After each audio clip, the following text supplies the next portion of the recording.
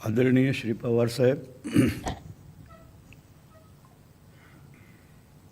खासदार श्रीमती सुप्रियाताई, मंचावर उपस्थित इतर सर्व मान्यवर, सभागृहातले मान्यवर आणि बंधू भगिनींनो, मी इथे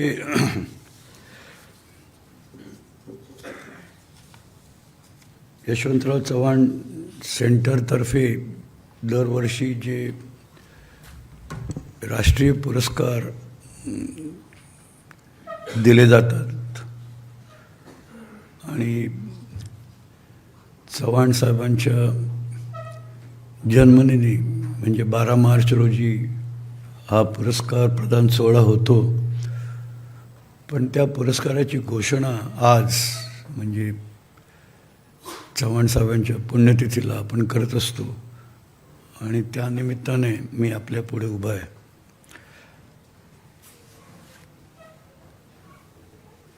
जसं मगाशी आपल्याला सांगितलं गेलं की आजचा हा सोहळा आहे, हा प्रामुख्याने राज्यस्तरीय पुरस्कार प्रदान सोहळा आहे.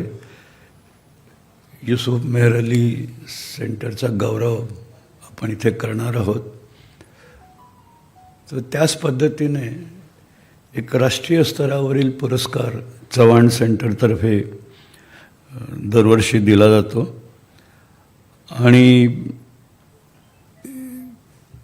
त्या पुरस्काराचा उद्देश की राष्ट्रीय स्तरावर नॅशनल इंटिग्रेशनच्या दृष्टीने म्हणा, लोकशाही मूल्य वृद्धिंगत करण्यासाठी म्हणून म्हणा, देशाची प्रगती पुढे नेण्यासाठी केलेलं महत्त्वाचं योगदान म्हणा किंवा अशा प्रकारच्या राष्ट्रीय स्तरावरील हाय इम्पॅक्ट योगदानासाठी म्हणून आपण दरवर्षी एका व्यक्तीची माफ करा, आज माझा घसा बसलेला आहे, एका व्यक्तीची किंवा एका संस्थेची निवड करत असतो.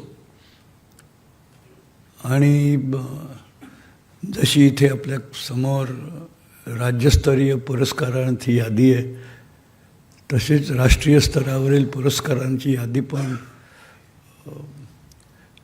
सगळ्यांना स्फुरण देणारी, प्रोत्साहित करणारी अशीच आहे.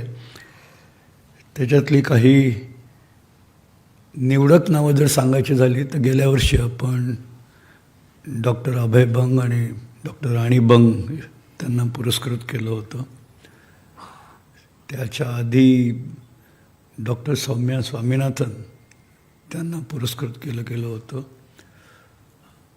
आणि ती यादी अर्थातच मोठी आहे, पण म्हणजे ज्याला आपण हुजू म्हणू शकू अशा प्रकारची ती यादी आहे. त्याच्यामध्ये रतन टाटा आहेत, नोबेल पारितोषिक विजेते अभिजित बॅनर्जी आहेत, रघुराम राजन आहेत, एअरफोर्सचे marshal of the air force Arjan Singh ते आहेत, साहित्य क्षेत्रात महाश्वेता देवी आहेत, तंत्रज्ञानाच्या क्षेत्रात नंदन निलेकिणी आहेत, श्रीधरन रेल्वेची, अशी यादी आहे. आणि हे सगळं काम करण्यासाठी चव्हाण सेंटरने एक ज्युरी नेमलेली आहे की ती हे सगळे प्रस्ताव मागवते, नॉमिनेशन्स मागवते, त्यांची छाननी करते आणि स्वतःहूनसुद्धा काही प्रपोजल्स पुढे आणते, म्हणजे सर्च कम सिलेक्शन असं. आणि त्या प्रपोजलमधनं आपण, त्या प्रोसेसमधनं आपण एक नाव प्रतिष्ठानला निवड करतो. शेवटी प्रतिष्ठानच्या अध्यक्षांकडे ते नाव प्रस्तावित केलं जातं. त्यांची संमती मिळाल्यानंतर आपण ते जाहीर करतो. मला आनंद वाटतो की यावर्षी IIM Indian institute of management Ahmedabad तिथले प्रोफेसर अनिल गुप्ता खूप मोठं नाव आहे आणि विशेषतः इनोव्हेशनच्या क्षेत्रात, तुम्ही मगाशी आर्टिफिशियल इंटेलिजन्स म्हणाला, पण इनोव्हेशनच्या क्षेत्रात त्यांनी खूप काम केलेलं आहे. आणि त्याहून महत्त्वाचं म्हणजे ज्याला आपण म्हणतो ग्रासरूट इनोव्हेशन. इनोव्हेशन वेगळ्या वेगळ्या स्तरावर होतात, पण देशातल्या ग्रामीण भागामध्ये शिक्षित मंडळी, पण त्याहीपेक्षा महत्त्वाचं म्हणजे अशिक्षित मंडळीसुद्धा खूप चांगलं इनोव्हेशन करतात. आणि ते इनोव्हेशन, त्याचा अभ्यास करण्याचं, डॉक्युमेंटेशन करण्याचं, ते समाजापुढे आणण्याचं, त्यांना पुरस्कृत करून प्रोत्साहित करण्याचं काम नॅशनल इनोव्हेशन फाउंडेशनच्या तर्फे हे केलं जातं. पण त्याचबरोबर एक त्याची मोठी म्हणजे डेटाबेस आहे, डॉक्युमेंटेशन आहे. आणि ते काम त्यांनी अनिल गुप्तांनी स्थापन केलं आहे, हनी बी फाउंडेशन. तर तुम्ही जर हनी बी फाउंडेशनच्या वेबसाईटवर गेला तर तुम्हाला खूप विस्तृत माहिती अशा प्रकारच्या इनोव्हेशनची मिळू शकेल. तर त्यांचं नाव ज्युरीने पुरस्कृत केलं, प्रस्तावित केलं आणि पवारसाहेबांनी अध्यक्ष या नात्याने त्याला स्वीकृती दिली आणि ते मी आपल्यापुढे हे नाव जाहीर करतो आहे. या निमित्ताने मला फक्त दोनच गोष्टी मांडायच्या आहेत की मगाशी सुप्रियाताई म्हणाल्या आर्टिफिशियल इंटेलिजन्सने, म्हणजे आता आर्टिफिशियल इंटेलिजन्स कोणीतरी कृत्रिम व्यक्ती आपल्याला सगळं सांगतं, वाटतं की खरंच अस्तित्वात असलेली व्यक्ती आहे. आणि मग शाळेत जायची गरज आहे का नाही, शिक्षकांची गरज आहे का नाही. आणि हा खरा प्रश्न आहे. पण मला असं वाटतं की खरा शिक्षक, हाडामासाचा शिक्षक आणि खऱ्या मेंदूने विचार करणारा शिक्षक किंवा इतरही क्षेत्रातली व्यक्ती यांना पर्याय हा सापडू शकणार नाही.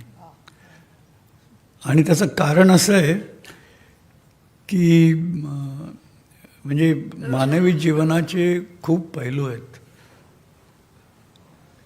इंटेलिजन्स हा एक पैलू आहे, पण त्याच्याचबरोबर आपण जे म्हणजे मानवाला सामाजिक प्राणी असं म्हटलं जातं, तर समाजातले जे इतर म्हणजे परस्पर संबंध आहेत, त्या निमित्ताने आपल्या भावना आहेत आणि त्या अनुषंगाने आपण निर्णय घेतो, पुढे जातो. या सगळ्या गोष्टींचं भान तुम्ही म्हणाल तसं आजकाल खऱ्या मानवाला सुद्धा राहिलेलं काय की नाही शंका येते. तर आर्टिफिशियल मानवाला किंवा रोबोट्सना किंवा आर्टिफिशियल इंटेलिजन्सला ते कसं होईल. आणि त्यामुळे मला वाटतं आता आर्टिफिशियल इंटेलिजन्सचा जमाना आल्यामुळे चांगल्या शाळांची, चांगल्या शिक्षकांची गरज आणखीन वाढलेली आहे. आणि या दोन्ही गोष्टी बरोबर होणं हे अत्यंत आवश्यक आहे. आणि त्याही दृष्टीने सुद्धा मला वाटतं चव्हाण सेंटरचं जे काम आहे, एकूणच समाजातल्या ज्या विविध गोष्टी घडत असतात, चालत असतात, त्या सगळ्यांचा अभ्यास करण्याचं, त्या सगळ्यांचं माहिती गोळा करण्याचं, ती सगळी समाजापुढे परत ठेवण्याचं जे काम आहे हे खूप महत्त्वाचं आहे. आणि हे मला वाटतं दिवसेंदिवस याचं महत्त्व वाढतच जाणार आहे. आणि आर्टिफिशियल इंटेलिजन्सचा मुद्दा निघालेलाच आहे. म्हणून शेवटी एक गोष्ट सांगून मी संपवतो, आणि ते म्हणजे हा प्रश्न जगभर चालू आहे, म्हणजे असं काय आपल्यालाच पडलेलं आहे असं नाही. तर अमेरिकेच्या एका विद्यापीठातली गोष्ट आहे. कुलगुरू साहेब इथे उपस्थित आहेत, ते त्याच्यावर अधिक भाष्य करू शकतील. पण तिथल्या प्राध्यापकाने आपला वर्ग घेतला आणि शेवटी त्यांना विद्यार्थ्यांना असाइनमेंट द्यायची होती. तर त्यांनी ती असाइनमेंट दिली.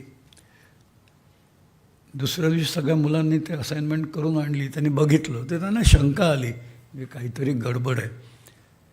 म्हणून त्यांनी वर्गात विद्यार्थ्यांना विचारलं की याच्यापैकी किती लोकांनी आर्टिफिशियल इंटेलिजन्सचा उपयोग केला. तर सगळ्यांनी हात वर केले. आम्ही सगळ्यांनी केलं. अगदी म्हणजे खरं खरं उत्तर दिलं. मग त्यांना प्रश्न पडला की याच्यावर आता बंदी आणायची का, म्हणजे मग म्हणजे विद्यार्थ्यांचं इव्हॅल्युएशन करायचं ते कसं करायचं. आणि मग ती त्यांच्या अकॅडमिक बॉडीमध्ये चर्चा झाली त्याच्यावर. आणि त्या युनिव्हर्सिटीपुरतं, त्या अकॅडमिक बॉडीपुरतं त्यांचा निर्णय असा की बंदी घालणं तर चुकीचं ठरेल, तो काही पर्याय नाही आहे. पण म्हणून त्यांनी सांगितलं की हा जो प्रश्न आहे, शिक्षकांनी एकदा असाइनमेंट दिली का तिथल्या तिथे विद्यार्थ्याला विचारायचं की ही असाइनमेंट आहे, तुझ्या डोक्यात काय विचार आहे, हे तू कसं हँडल करशील. आणि त्या विद्यार्थ्यांनी एक्सटेम्पो त्याच्यावर बोलावं. आणि एकदा तो बोलला की ते रेकॉर्ड होईल. त्याच्यानंतर मग त्या विद्यार्थ्यांना ChatGPT किंवा इतर AI एजंट सगळ्यांचा वापर करण्याची पूर्ण मुभा असेल. पण त्याची जे असाइनमेंट असेल त्याचा गाभा त्यांनी जे सुरुवातीला जो बोलला होता त्याच्या म्हणजे त्याच्या पलीकडे जाता कामा नये. त्याच फ्रेमवर्कमध्ये त्याचं उत्तर आलं. तो म्हणे त्या फ्रेमवर्कमध्ये उत्तर लिहिण्यासाठी तुम्ही ChatGPTचा वाटेल तेवढा उपयोग करा. आणि मग सांगायचा मुद्दा असा की असे पर्याय आपण काढू शकतो की ज्यायोगे असल्या या नवीन तंत्रज्ञानाचं सुद्धा एकूणच शिक्षण पद्धती म्हणा किंवा समाजाचं परिवर्तन चांगल्या दिशेने पुढे जाण्यासाठी आपण खूप पर्याय किंवा खूप त्याचा फायदा होऊ शकतो. कमिंग बॅक टू इनोव्हेशनचं पण हे असंच आहे. इनोव्हेशन हे सगळ्या क्षेत्रात होत असतं आणि सगळेच इनोव्हेशन चांगले असतील असा पण भाग नाही. म्हणजे एखाद्या इनोव्हेशनने चांगला बिझनेस होऊ शकेल, पण त्याचा समाजावर चांगला परिणाम होईल का वाईट परिणाम होईल हा एक वेगळा मुद्दा आहे. आणि त्याचं तारतम्यसुद्धा सांभाळलं पाहिजे. आणि त्या दृष्टीने ग्रासरूट लेवलचं इनोव्हेशन हे अत्यंत महत्त्वाचं आहे. कारण तिथे त्याचा जो फायदा आहे तो अगदी तळागाळाच्या व्यक्तींपर्यंत पोचतो. आणि असं म्हणतात की संपत्ती वरच्या स्तरावर निर्माण झाली तर ती इतकी चांगली डिफ्यूज होत नाही पिरामिडमध्ये. खालच्या स्तरावर निर्माण झाली तर ती संबंध पिरामिडमध्ये चांगल्या प्रकारे डिफ्यूज होते. त्यामुळे मला असं वाटतं की अनिल गुप्तांचं जे काम आहे ते खरोखर आजच्या संदर्भात सुद्धा खूप महत्त्वाचं आहे. धन्यवाद.